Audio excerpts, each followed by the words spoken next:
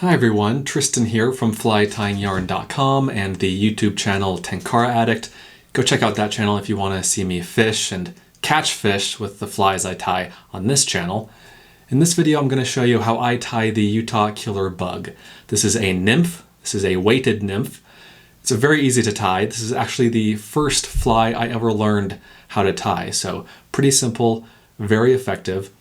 It is based on the Sawyer killer bug, or based off of the Sawyer killer bug, but some guys down in Utah who are part of the Tenkara Guides company, they tied it with some different colors, different materials, and they named it the Utah killer bug. I fished this fly a lot when I first started out with Tenkara, and I've caught a lot of fish. I've caught hundreds of fish on this fly. The way I tie this fly is similar to how the Tenkara Guides tie it, but a couple different changes that I'll talk about. So let's head on over to the bench. I'm using a Firehole 316 hook here with UTC Ultra Thread in the color fluorescent pink. Usually this fly is tied with just regular pink, not fluorescent pink. I'm not entirely sure why I started tying it with fluorescent pink, but I always have, and so that's what I'm going to show you here. But if you want to be true to the original, you should do it with just a regular pink, kind of a more pale pink, I guess. So we'll bring that thread down a far ways into the bend, a fair ways into the bend.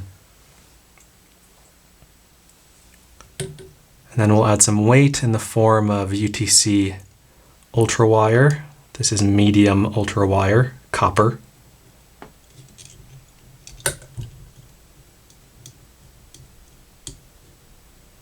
I'll leave the thread over here on the left side as I wrap the wire.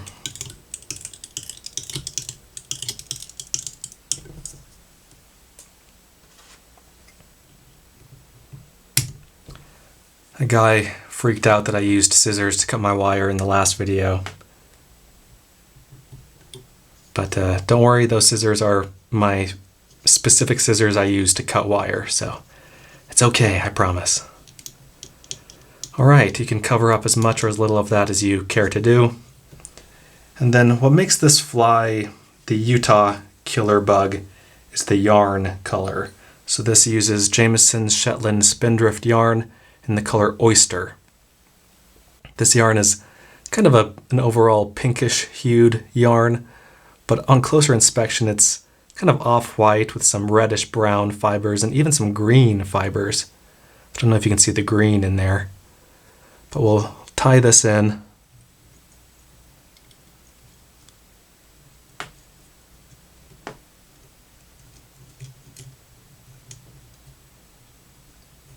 Again, you can make it look as nice or as, let's say, utilitarian, to put it nicely, as you want. And then to wrap the yarn, I don't do any special kind of wraps. I don't do anything fancy. I just wrap the yarn. I don't twist the yarn.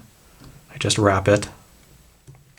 And I'm using my left index finger here to hold on to the yarn, to hold on to the wraps as I'm wrapping.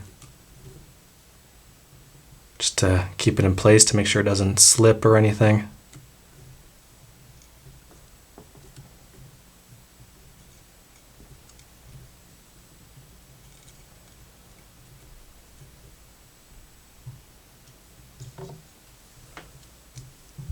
And I'll tie it off, secure it with a few wraps here at the end.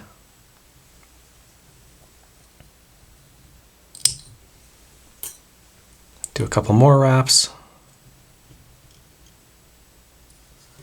And then I'll use the whip finisher to finish it off with 5 or so turns.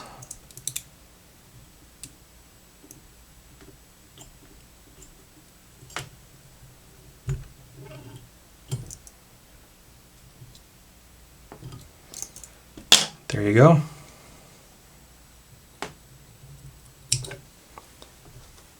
Let me clean up some of these other fibers here. All right, and then I like to use some head cement. This is Loon Outdoors water-based head cement. Add a little drop here. Oh.